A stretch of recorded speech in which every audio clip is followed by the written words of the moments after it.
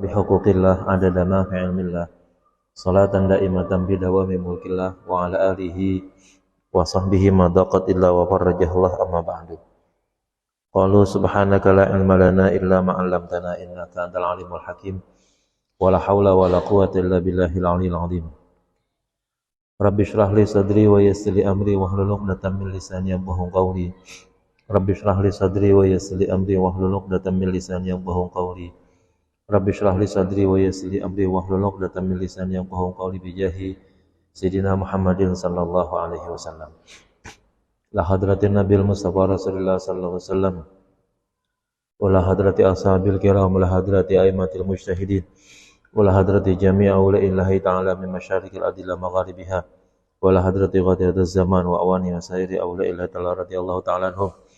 Wa la hadrati Syekh Abi Abdul Muti Muhammad Nawawi bin Umar Al-Ajabi. Wa la hadrati Sayyid Ahmad Al-Marzuqi Al-Maliki. Wa la hadrati abaina wa ummahatina wa ajdadina wa jaddadina wa amamina wa ammatina wa akhwarina wa khalatina wa ikhwanina wa akhwatina wa qarabatina wa jiranina wa man habba wa sana ilayna wa ridabil huquqi alayna wa rijamil muslimin wa muslimat wa mu'minin wa mu'minat syai'ulillahi lana wa lahumul fatihah. A'udzu billahi minasyaitonir rajim. Bismillahirrahmanirrahim. Alhamdulillah rabbil alamin. Ar-Rahmanir Rahim. Maliki yaumiddin. Iyyaka na'budu wa iyyaka nasta'in. Ihdinas siratal mustaqim. Shiratal ladzina an'amta 'alaihim.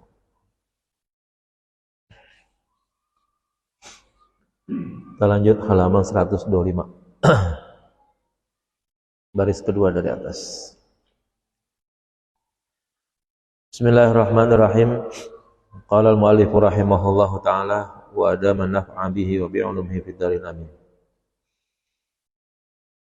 Wa wurida sallallahu alaihi wasallam rafi'an basarahu ila sama. Dan dilahirkan Rasulullah sallallahu alaihi wasallam rafi'an basarahu, menengadahkan pandangannya ila sama, menuju ke langit, ke atas maksudnya, memandang ke atas jadinya. Tapi wadi'an yadaihi bil ardi, meletakkan dua tangannya di bumi. Kira-kira gimana posisinya? Tangannya di bumi gitu ya. Nih begini. Kayak orang berangkang jadinya gitu ya. Jadi udah tangannya di bumi begitu, terus tapi palanya dongak kalau kita bilang ya. Dangak. Makhulan, yang matanya bercelak ya, pakai sifat mata kalau orang bilang. Nazifan, dalam keadaan bersih. Orang kan kalau lahir tuh ya mungkin yang udah punya istri dan ngalamin kali, anak pas lahir itu kan bareng dengan apa? Darahnya, ketubannya ya, dan lemak-lemak yang nempel di bayi tuh. Biasanya kalau ibu-ibu yang istilahnya ibu yang hamil tuh rajin ya, termasuk salah satunya tuh minum air kelapa hijau katanya biar anaknya bersih. Itu benar juga emang. Jadi lemak-lemak yang ada di dalam itu hilang gitu ya. Saya beberapa kali nemenin begitu, kan ada barengannya itu begitu ya. Emang benar ya. Kalau kita lihat, kalau saya udah membiasain tuh, kalau udah mulai usia kehamilan 7 bulan tuh, kata orang tua ya, sering-sering minum air kelapa hijau katanya gitu kan, biar anaknya bersih. Benar itu ternyata. Dibandingin dengan orang yang ya istilahnya barengan begitu tuh, kalau kita lihat ya badannya pada kotor gitu rasanya, kita lihat dengan lemak-lemak yang dari ibunya begitu ya. Nah, Nabi Muhammad enggak begitu tuh ya. Bersih katanya. Terus masruron ya. Ai maktu asurri ya, maktu asurri. Masruran, surah itu kan artinya pusar ya. Nah, disebut masruran artinya adalah maktu asurri, orang yang pusarnya sudah terpotong begitu. Ini kalau kita mikir-mikirnya begini nih udah luar biasa banget nih. Udah kagak nyambung rasanya begitu ya. Kalau ini bukan nabi, kita sulit untuk mempercayainya, ya. Kalau nabi wajarlah ya seperti ini menunjukkan bahwa beliau itu memang adalah manusia yang luar biasa, dari kecilnya pun udah dibikin luar biasa sama Allah. Itu memang hal yang pantas buat sekelas Nabi Muhammad itu seperti itu. Tapi kalau orang lahir pusernya udah putus gitu tuh, ya. Padahal logikanya semua anak yang lahir di dalam kandungan ibunya kan proses makannya kan melalui tali pusar begitu. Dan dia belum bisa putus, ya. Ketika lahir itu memang masih nyambung dengan ari-arinya, kalau kita bilang tuh tempat sarang ya bayi atau janin di dalam kandungan ibu tuh begitu. Logikanya itu begitu, yang pantasnya begitu. Nah, ternyata untuk Nabi Muhammad ya itu lahir berarti saluran makan ya dari ibu ke diri Nabi Muhammad pas lahir tuh udah putus ya. Berarti mungkin sama ari-arinya tuh Nabi Muhammad itu udah nggak nyambung lagi begitu ya. Ya, ini sekali lagi tingkatnya adalah tingkat Nabi nih ya. Bagi kita hal-hal yang sedemikian merupakan hal yang wajib kita imani, walaupun secara logis memang agak berat rasanya.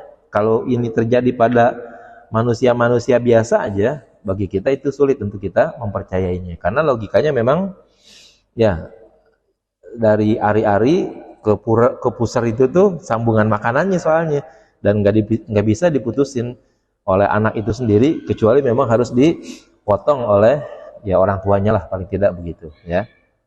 Nah itu ya.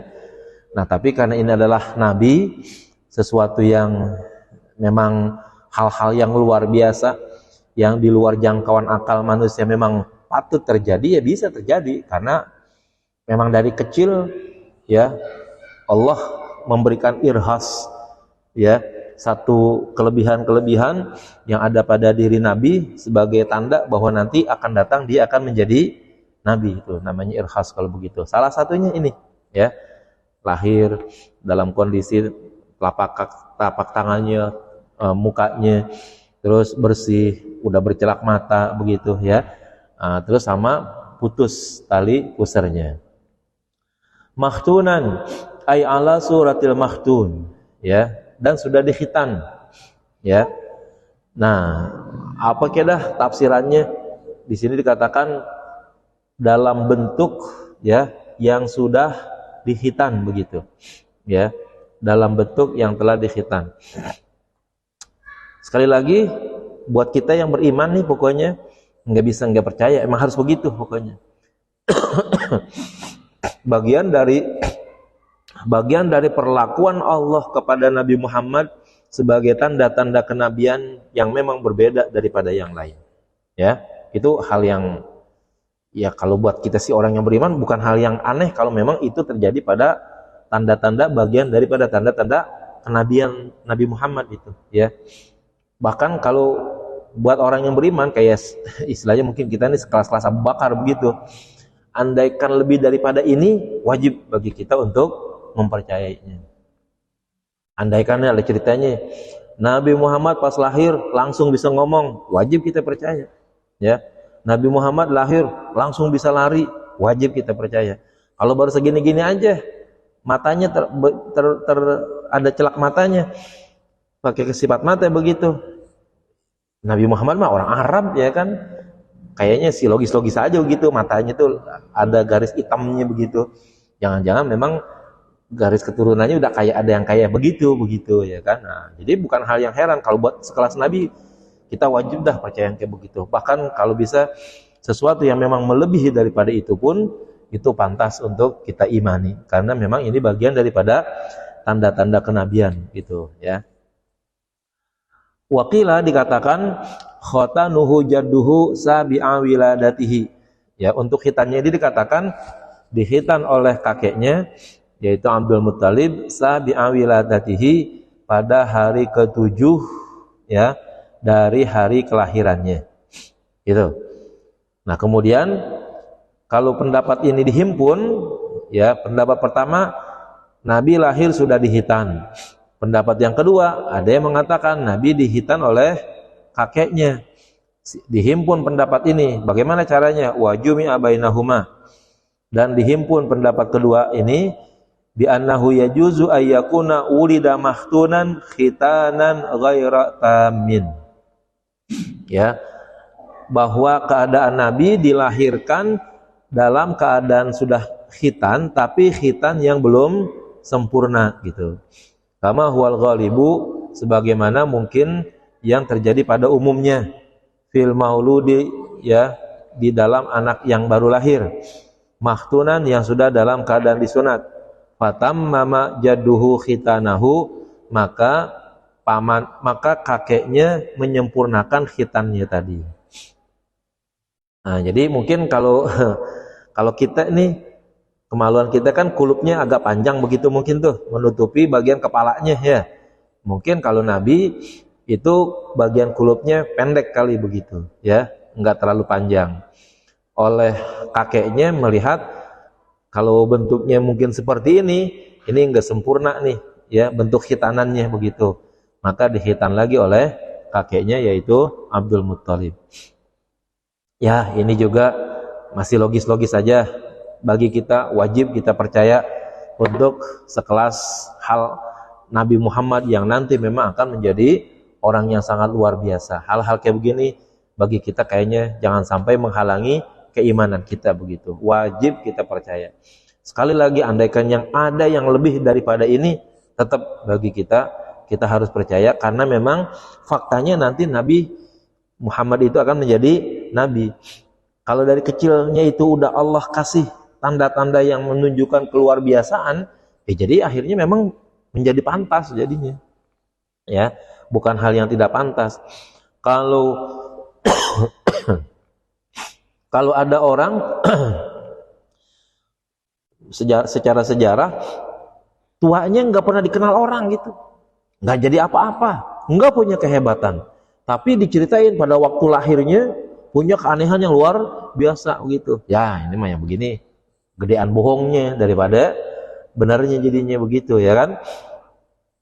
Kalau Nabi Muhammad kecilnya udah kayak begini dan gedenya dia jadi Nabi, kan memang pantas jadinya. Karena tidak ada satu jabatan yang dimiliki oleh manusia yang lebih meninggi, yang lebih tinggi daripada kelas Nabi. Ya. Sehingga yang namanya raja yang paling tinggi sekalipun kedudukannya, ya, itu harus melawan Nabi. Ya. Dalam sejarah kita lihat Nabi Musa ngelawannya Firaun, ya kan? Nabi Ibrahim lawannya Namrud, misalnya begitu. Itu kan fakta seperti itu. Nabi Daud lawannya Goliat, ya, Jalut. Nabi Muhammad sekengkean dah, ya, kepala suku banyak yang dilawannya di situ. Nah, jadi hal-hal yang sedemikian memang hal yang sangat luar biasa pada diri Nabi, karena dia memang diciptakan oleh Allah untuk menjadi manusia yang sangat luar biasa. Karena itu sekali lagi saya katakan, tidak ada jabatan yang melebihi hebatnya Nabi dan Rasul di kalangan manusia. Ya, sehingga raja pun takut sama Nabi. Ya, takut dirampas kerajaannya, takut dia rampas kewenangannya dan lain sebagainya. Jadi yang paling was-was, yang paling bingung kalau di satu kerajaan itu di situ datang Nabi, itu yang paling merasa bingung adalah para raja begitu. Karena pasti ya Nabi itu pasti akan berhadapan dengan raja, dan bisa jadi kalau suatu saat raja itu memang menantang Nabi, ya, pasti kehancuran terjadi pada raja tersebut. Ya, mungkin episode awalnya itu Nabi kalah bisa jadi, ya, tapi pada akhirnya ya tetap Allah akan memenangkan Nabi tersebut, bahkan dengan cara-cara yang sangat menghinakan begitu, ya. Raja Namrud kan setelah mengupayakan Nabi Ibrahim dengan berbagai macam cara untuk dibunuh, pada akhirnya Raja Namrud matinya bukan gara-gara berantem sama orang keren, bukan berantem sama orang yang sekelas dia, bukan dengan adu ilmu gitu, ya. Raja Namrud mati nggak bisa tahan sama nyamuk yang masuk ke lubang hidungnya. Ya, itu kan malu jadinya. Ya, orang hebat, orang luar biasa, raja, kekuatannya sangat luar biasa, matinya ngelawan nyamuk lah. Coba itu ya kan. Andaikan ada cerita ini misalnya, ceritanya nggak begitu gitu ya kan. Raja Namruz ya, ketika mati itu ngelawan 7 jagoan di kampungnya. Berantem tak henti-hentinya selama 7 hari 7 malam. Yang pada akhirnya karena kewalahan Raja Namrus mati. Cakep tuh ceritanya begitu, ya kan? Karena masih ada apanya? Masih ada perlawanannya, berantemnya, ya kan? 7 hari 7 malam berantem gerapi-rapi begitu ya kan, ngeluarin ilmu segala macam. Ternyata ceritanya Raja Namrus mati gara-gara ngelawan nyamuk. Kan hina bener jadinya kalau begitu. Ya. Seorang yang dianggap mengaku dirinya sebagai Tuhan, keputusan ada di tangan dirinya, kewenangan ada di tangan dirinya. Ternyata giliran ngelawan nyamuk kagak sanggup, ya kan? Kan konyol kalau begitu. Nah, tuh jeleknya itu akhirnya sampai seperti itu tuh Allah hinakan ya Raja Namrus di hadapan Nabi Ibrahim. Ya, tentu banyak lagi nanti tuh ya. Raja Fir'aun ya matinya tenggelam gitu kan kaki cakep kalau begitu. Kalau mau mendingan dari awal aja disadar kalau begitu, daripada akhir ceritanya tuh begitu jeleknya begitu ya kan, ngaku raja, ngaku Tuhan, ya matinya tenggelam. Kan kalau orang bikin aja kan Tuhan tenggelam tuh ya kan. Tuhan tenggelam ya. Nah itu jeleknya itu seperti itu, ngakunya ana rabbukumul a'la, saya ini adalah Tuhan kamu yang paling tinggi, mati tenggelam, kan konyol kalau begitu ya kan.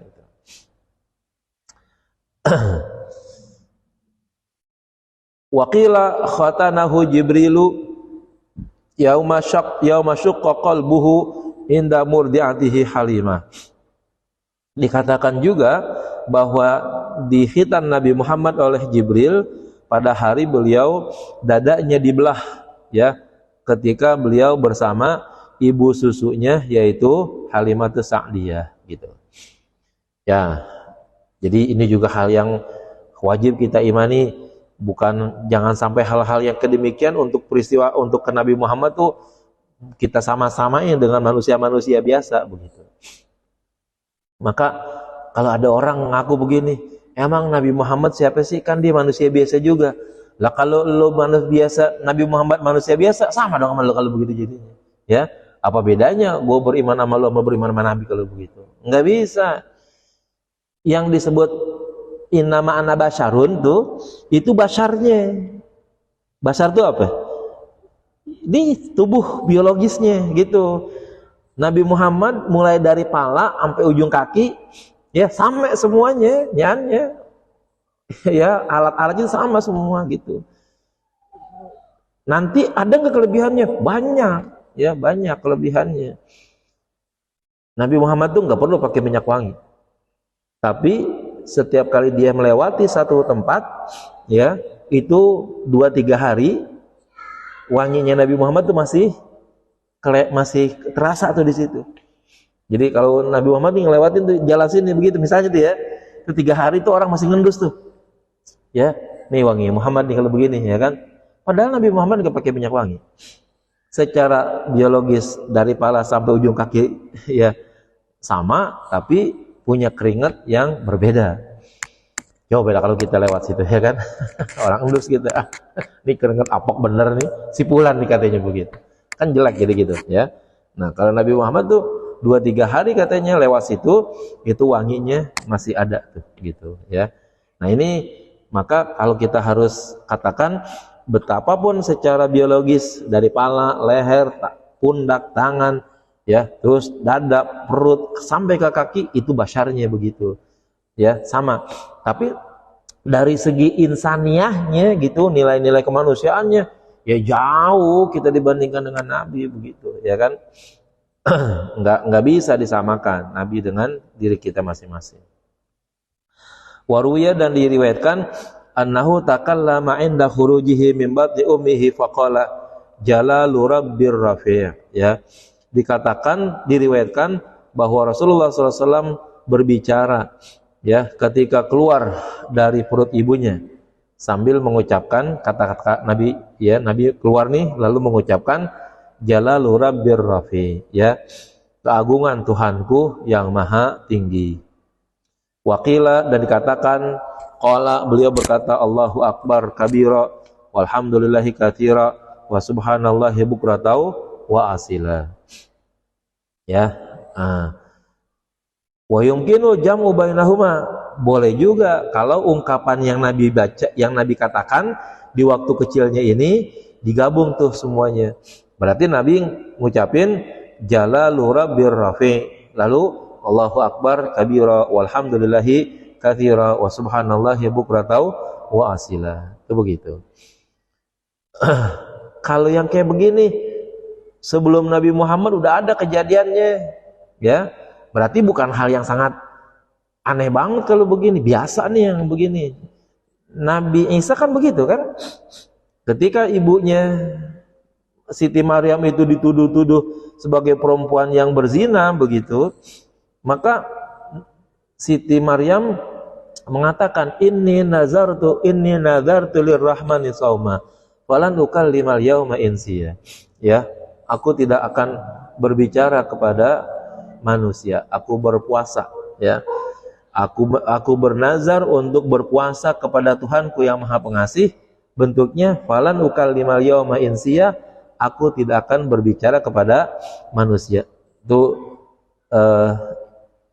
Siti Maryamnya diam aja.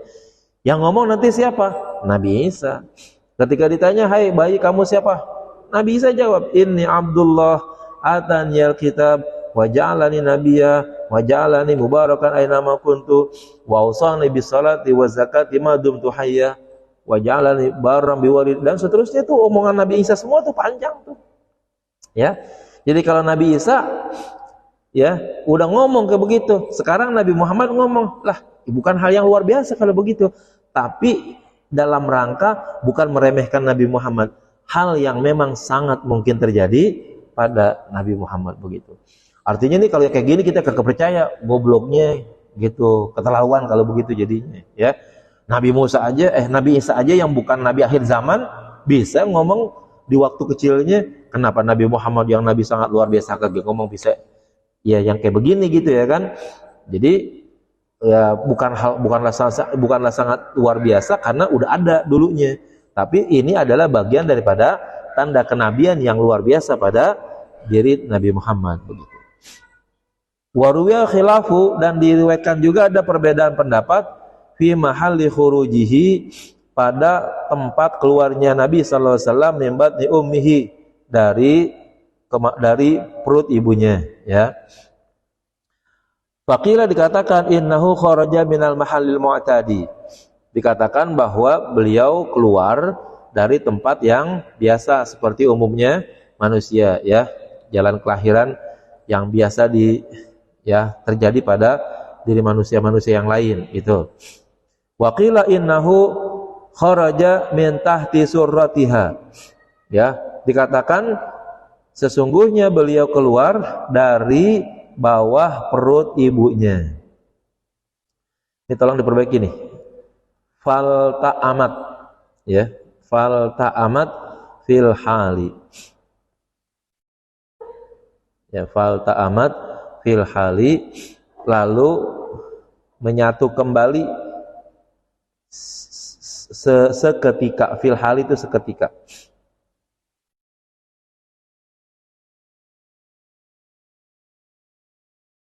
Ini penterjemahnya kayaknya salah nih.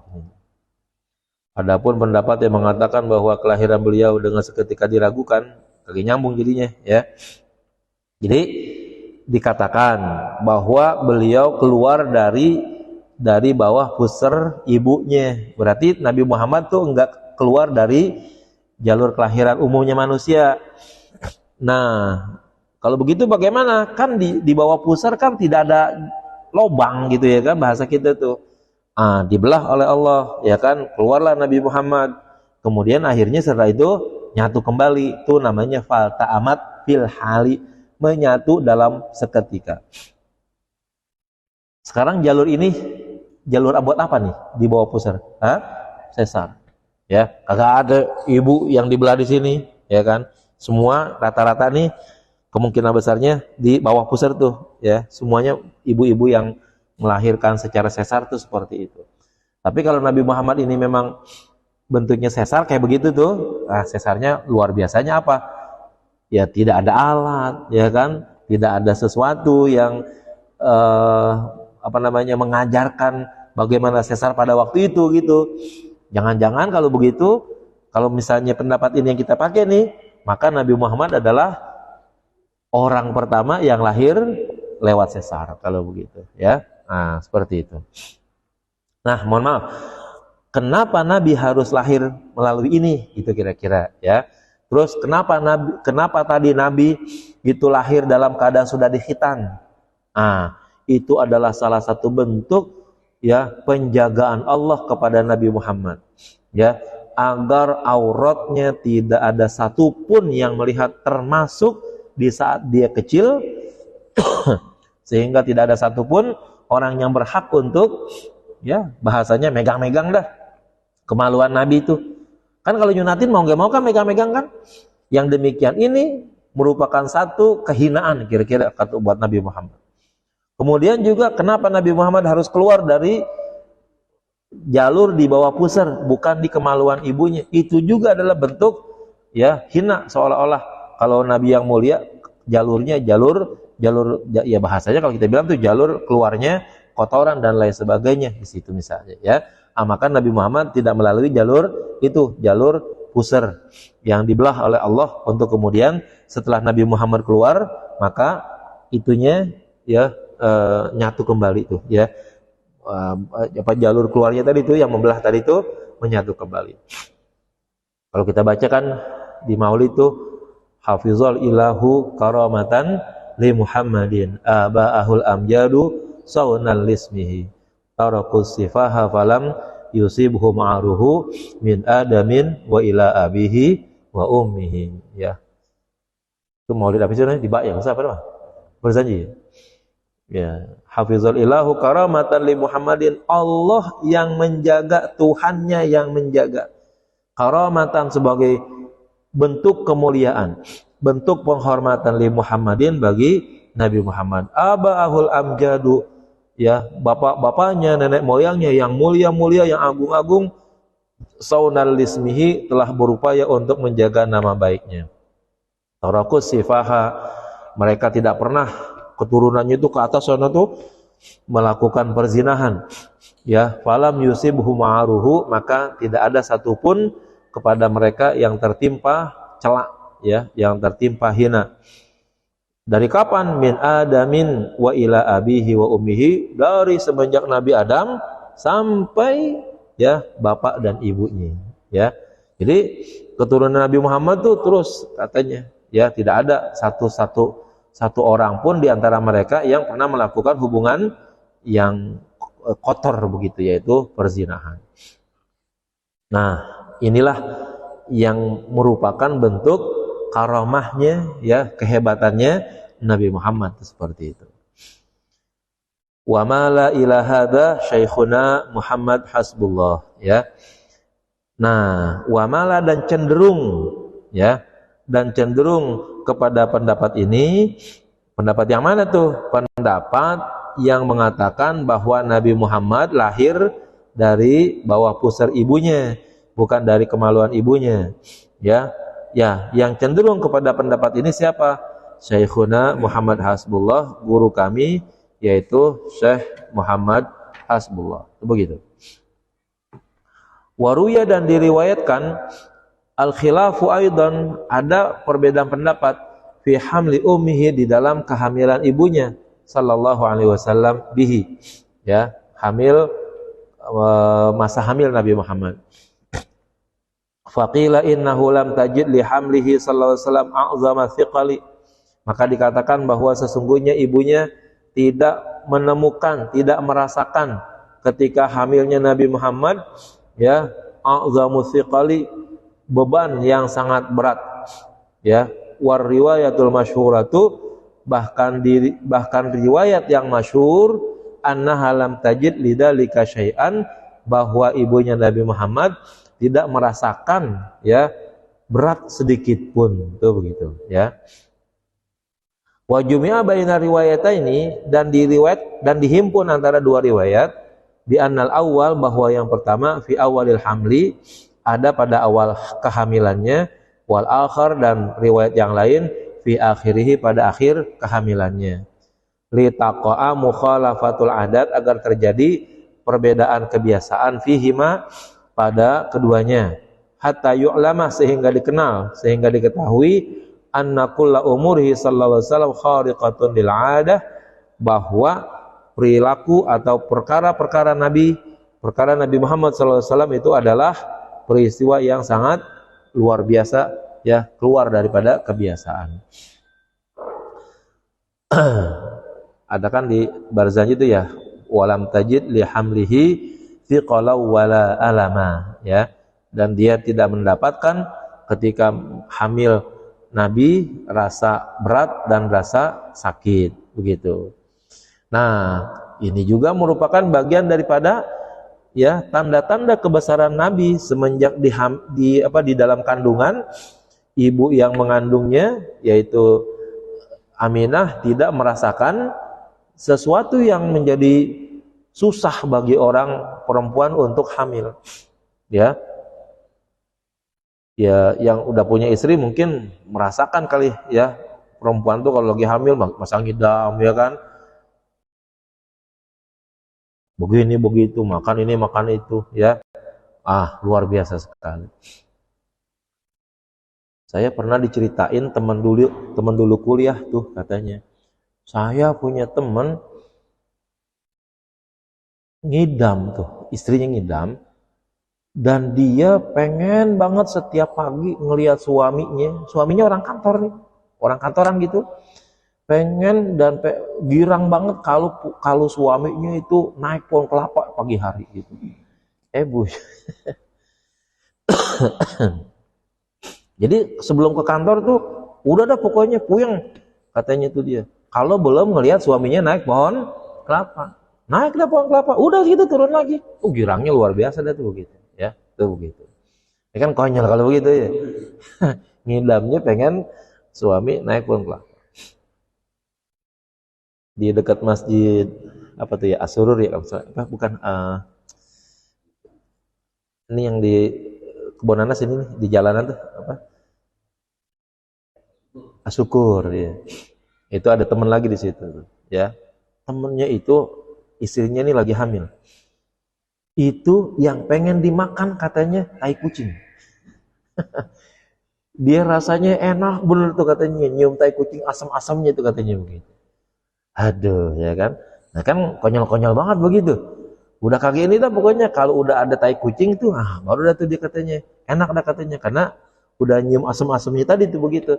Kan orang ngidam kan katanya demen yang asam-asam. Tapi ini keluar luar biasa banget tuh, apa namanya? Demennya yang asam-asamnya asam-asam tai kucing lah, kan konyol banget kalau begitu ya kan. Nah, Aminah ibunya Nabi tuh nggak ada tuh yang namanya ngidam kayak begitu ya. Umumnya perempuan kan begitu ngidamnya gitu ya kan. Ada aja dah pokoknya yang lain-lain begitu, yang istilahnya luar biasa. Tapi untuk Nabi Muhammad enggak yang kayak gitu. Kenapa? Umumnya ibu kalau hamil ngidam. Untuk Nabi Muhammad ibunya enggak ada ngidam. Berarti tidak adanya ngidam itu adalah perilaku yang luar biasa, khariqun lil 'adah. Kalau yang umum ya udah manusia biasa. Ya, tapi untuk Nabi Muhammad ya Siti Aminah itu tidak merasakan ngidam gitu. Kama qala Ibnu Hajar, sebagaimana dikatakan oleh Ibnu Hajar.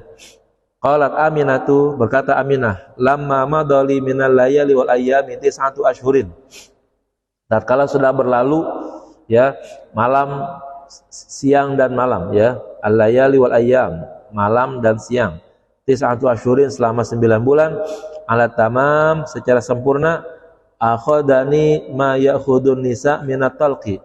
Ya, aku merasakan sebagaimana yang dirasakan oleh perempuan pada waktu melahirkan. Tapi walam yadri bi ahadum minal khalqi, ya, tidak ada satu orang pun yang mengetahui keadaanku daripada makhluk. Ya, artinya nggak ada yang tahu tuh Nabi Muhammad ya atau Aminah maaf, Aminah mau melahirkan tuh nggak ada orang sama sekali tuh di situ di rumahnya. Wa inni wahidatun, dan saya sendirian, fi manzili, di rumahku. Wa Abdul Muttalib, sedangkan Abdul Muttalib, ya, Abdul Muttalib kan berarti mertuanya nih ya, mertuanya Aminah. Fi tawafihi, ya, dalam keadaan tawaf. La ya'lamu inqida'a habli, ia tidak tahu, ya, berakhirnya masa kehamilanku. Nah, kemudian apa yang terjadi? Ra'aitu qit'atan minat tayri, aku melihat sekelompok burung, manaqiruha minal yaqutil ahmar, ya, mulutnya itu, paruhnya itu terbuat dari yakut yang berwarna merah. Qad ghatat hijrati, ya, menutupi kamarku, bi ajnihatin, dengan sayap-sayapnya, kazamradil akhdari, yang, ya, bagaikan seperti zamrud yang berwarna hijau, ya. Nah, ini juga bagian daripada irhas atau kelebihan Nabi Muhammad SAW pada waktu kelahirannya, ya.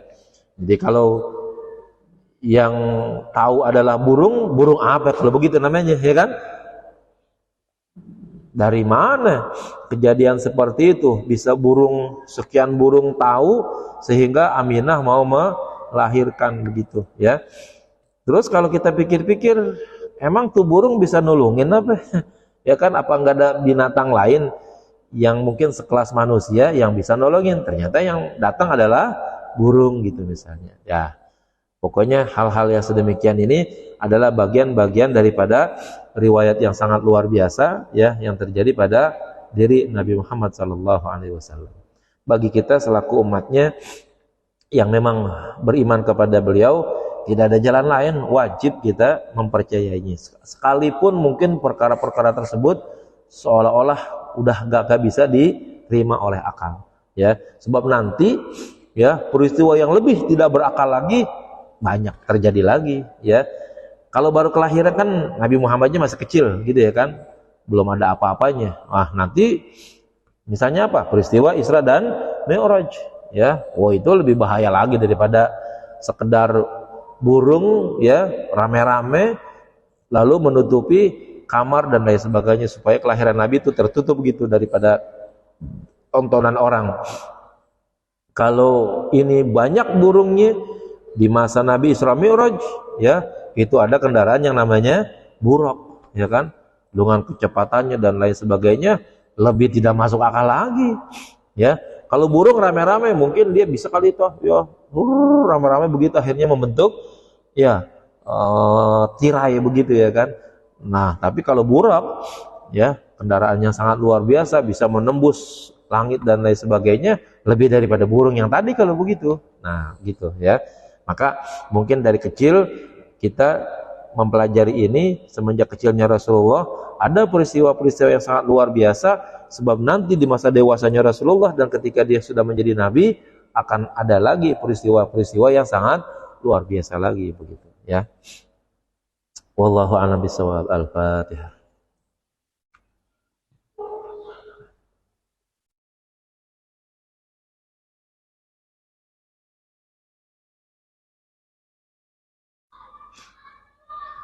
Bismillahirrahmanirrahim. Alhamdulillahirabbil alamin. Allahumma shalli ala sayyidina Muhammad wa ala ali sayyidina Muhammad. Allahumma rzuqna fahman nabiyyin hamzal mursalin sallallahu alaihi muqarrabin. Allahumma anfa'na bima 'allamtana wa 'allimna ma yanfa'una wa 'allimna ma jahilna. Allahumma ja'alna wa auladana banatina wa dzurriyyatina min ahli wal khair. Wa la taj'alna wa iyyahum min al-syarri wad dhir wa aftah qulubana qulubahum bil 'arifin wa hdina wa iyyahum siratal mustaqim. Siratal ladzina an'amta 'alaihim ghairil maghdubi 'alaihim waladdallin. Rabbana atina fid dunya hasanah wa fil akhirati hasanah wa qina adzabannar. Sallallahu alaihi wasallam. Alhamdulillahirabbil alamin. Mohon maaf. Assalamualaikum warahmatullahi wabarakatuh.